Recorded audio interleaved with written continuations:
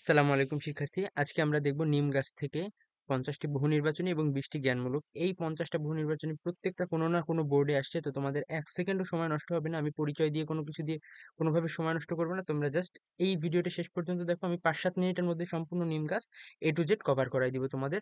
তো তোমরা আগের ভিডিও যারা দেখোনি দেখে আসো, সেগুলোই দেখো। পল্লী জননী, কপোতাক্ষ নদ, শুভা, আমি এগুলো সবগুলো প্লেলিস্টে সাজায় দিছি। তোমরা প্লেলিস্টটা অবশ্যই দেখবে। আমি ডেসক্রিপশনে প্লেলিস্টের লিংক দিয়ে দিচ্ছি।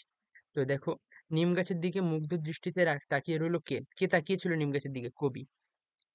প্রশ্নে নিমের পাতা কোনটি অব্যর্থ মহৌষধ? চর্মরোগের অব্যর্থ মহৌষধ হিসেবে কাজ করে। নিমের কচি ডাল চিবলে কি উপকার পাওয়া যায়? এর উত্তরটা তোমরা দিবা যে এখান থেকে কোনটার উপকার পাওয়া যায় নিমের কচি ডাল চিবালে। আর আমরা কেন চিবাই? পরবর্তীতে দেখো, যকৃতের জন্য উপকারী কোনটি? নিমের পাতা যকৃতের জন্য উপকারী। নিমের পাতা কোন অংশটি চিবিয়ে থাকে? কচি ডাল চিবিয়ে থাকি আমরা নিমের। কবিরাজের প্রশংসায় পঞ্চমুখ হচ্ছে নিমের পাতা। কোনটি ঘটলে বিজ্ঞরা খুশি হন? যদি বাড়ির পাশে নিম গাছ জন্মায় তাহলে বিজ্ঞরা খুশি হন। একটি নতুন ধরনের লোক এলো। কে সেই নতুন ধরনের লোক? লোকটি ছিল কবি। কোন যুক্তিতে বিজ্ঞরা নিম গাছ কাটতে নিষেধ করেন? যে নিমের হওয়া ভালো, এই যুক্তি দেখান। সে আর এক আবর্জনা, কি? বাঁধানো শান। নিমের কাছে যে বা নিমের চারিদিকে যে শান বাঁধাই করা হয় তাকে সেটাই আবর্জনা বলা হয়েছে সেটাকে। বলাইচাঁদ মুখোপাধ্যায়ের ছদ্মনাম কি? বনফুল।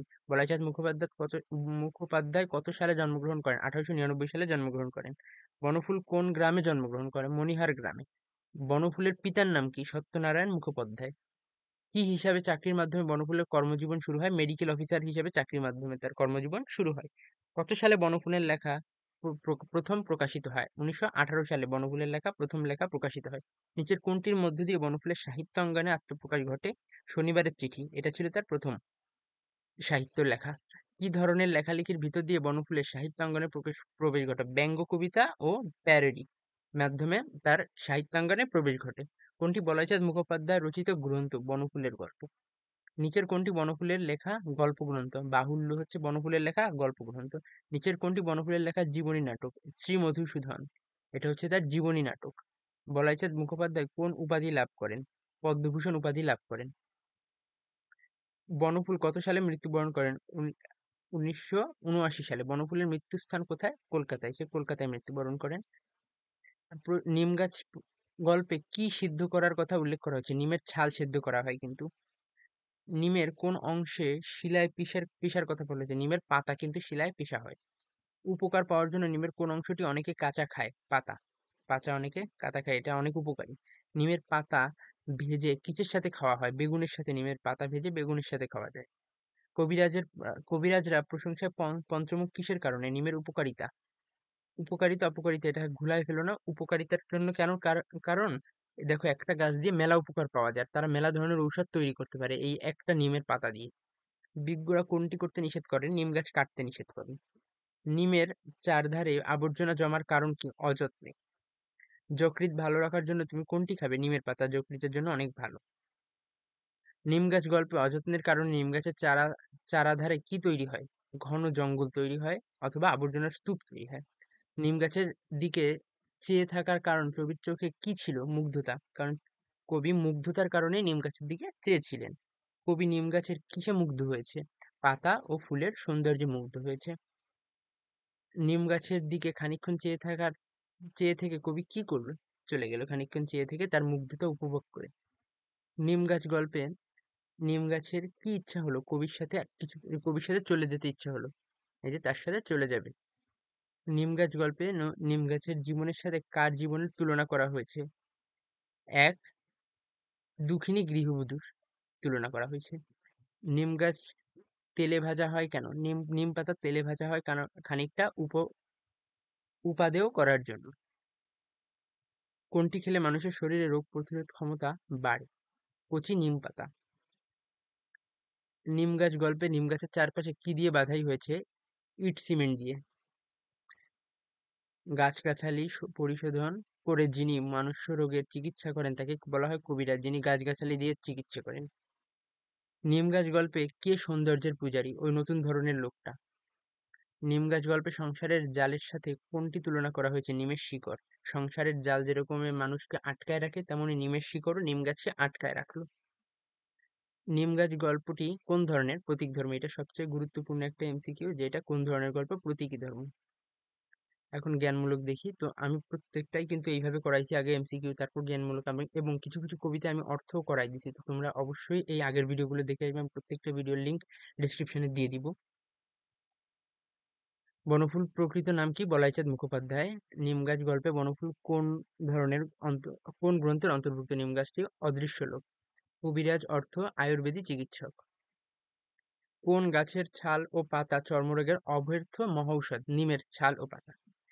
নিমের কচি পাতাগুলো অনেকে খায় কেন? এটি হচ্ছে পেটের জন্য অনেক উপকারী তাই। লোকে নিম গাছের কচি ডাল চিবোয় কেন? লোকে নিম গাছের কচি ডাল চিবোয় কারণ এতে দাঁত ভালো থাকে। আমি এরকম একটা কোয়েশ্চেন কিন্তু আগে করেছি। কারা নিম গাছের প্রশংসায় পঞ্চমুখ? কবিরাজরা। কার সঙ্গে কার সঙ্গে চলে যেতে ইচ্ছা হলো নিম গাছের? ওই নতুন ধরনের লোকটির সঙ্গে।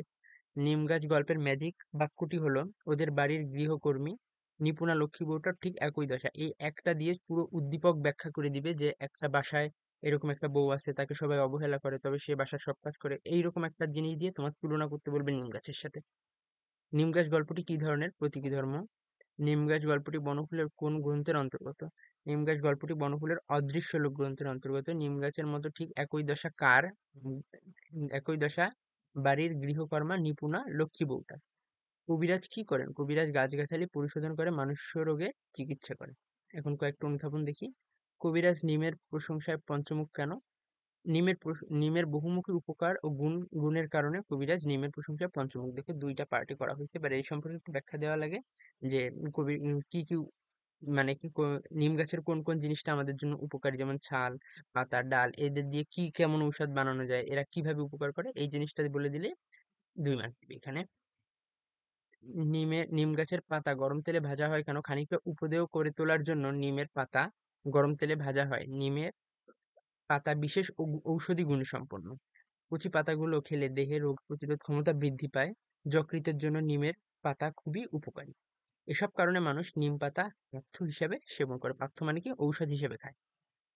এক ঝাঁক নক্ষত্র নেমে এসেছে যেন নীল আকাশ থেকে সবুজ সায়ারে। এখানে বোঝানো হয়েছে যে এক ঝাঁক নক্ষত্র বোঝানো হয়েছে এই যে নিম গাছের যে ফুলগুলোকে, এবং সবুজ সায়ার বোঝানো হয়েছে নিমের যে সবুজ পাতা থাকে। দেখো নিম গাছের সৌন্দর্য দেখে মুগ্ধ কবি নিমের ফুল এবং পাতা সম্পর্কে আলোচ্য মন্তব্যটি করেছেন, এবং বাকিটা বিস্তারিত ব্যাখ্যা এইমাত্র আমি করলাম। নিম গাছ গল্পে নিম গাছের সাথে বাড়ির লক্ষ্মী বউটার তুলনা দেওয়া হয়েছে কেন? এটা মোস্ট ইম্পর্টেন্ট। দেখো এটা আসতে পারে। নিম গাছ গল্পে বর্ণিত বাড়ির লক্ষ্মী বউটার জীবনী গল্পের নিম গাছের মতোই দুঃখ ভরা, এবং নিম গাছের সাথে তুলনা করা হয়েছে কারণ বাড়ির লক্ষ্মী বউটারও তেমন কেউ যত্ন নেয় না, প্রশংসা করে না। সে সারা জীবন কাজই করে যায়। যেমন নিম গাছ সবাইকে উপকারী দিয়ে যায়, তবে কেউ নিম গাছের যত্ন নেয় না। তার চারপাশে আবর্জনার স্তূপে ভরে গেছে, কিন্তু তার থেকে সবাই উপকারিতা ঠিকই নিচ্ছে। এই জিনিসটাই বোঝানো হয়েছে। এর পরবর্তী দিন আমরা পল্লী সাহিত্য বা এরকম প্রত্যেকটা কবিতা পরীক্ষার আগে শেষ করাই দিব, গদ্য সহ।